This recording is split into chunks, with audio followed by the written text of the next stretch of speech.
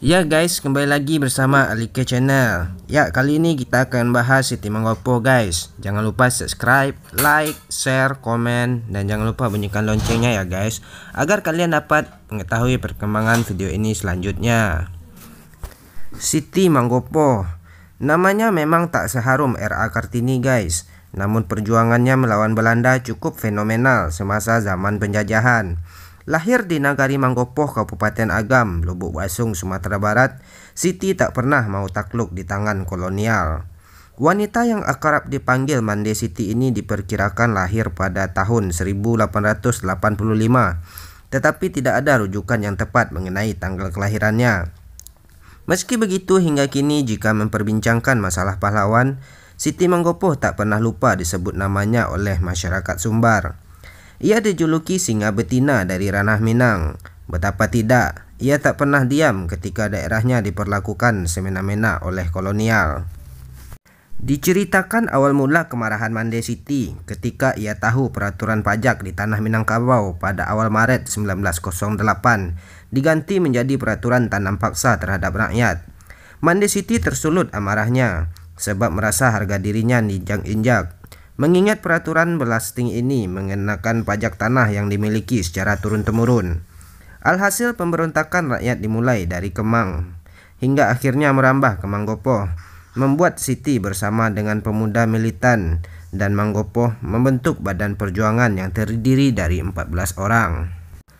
Mereka adalah Rashid, suami Siti, Siti Maju Ali, Sultan Marajo Dullah, Tabat, Dukap Marah Sulaiman, Siti Marah Khalik, Dullah Pakih Sulai, Muhammad, Unik, Tabuh Sultan Mangkuto, Sain Sultan Malik, Rahman Sidirajo, dan Kana. Akhirnya pada 16 Juni 1908 meletuslah Perang Mangkopo bersamaan dengan Perang Kamang yang dikenal juga dengan Perang Belasting. Setidaknya tercatat dalam sejarah kalau Mande Siti berperang 2 kali dengan Belanda. Pertama Kamis malam 15 Juni 1908. Titik inilah perjuangannya dimulai. Siti disebut menjadikan dirinya sebagai umpan dan menyusup ke markas Belanda yang saat itu bikin perjamuan. Setelah berhasil menyusup, Siti memadamkan lampu dan memberi tanda kepada para pejuang yang sudah siaga di luar. Mereka pun langsung menyerbu sesudah diperintah dari dalam. Pertarungan para pejuang dan Belanda pun terjadi dalam kegelapan. Siti membunuh puluhan tentara Belanda, sementara pejuang lain juga. Dalam serangan gelap itu, para pejuang yang tidak satu pun gugur, berhasil membunuh 53 dari 55 serdadu Belanda.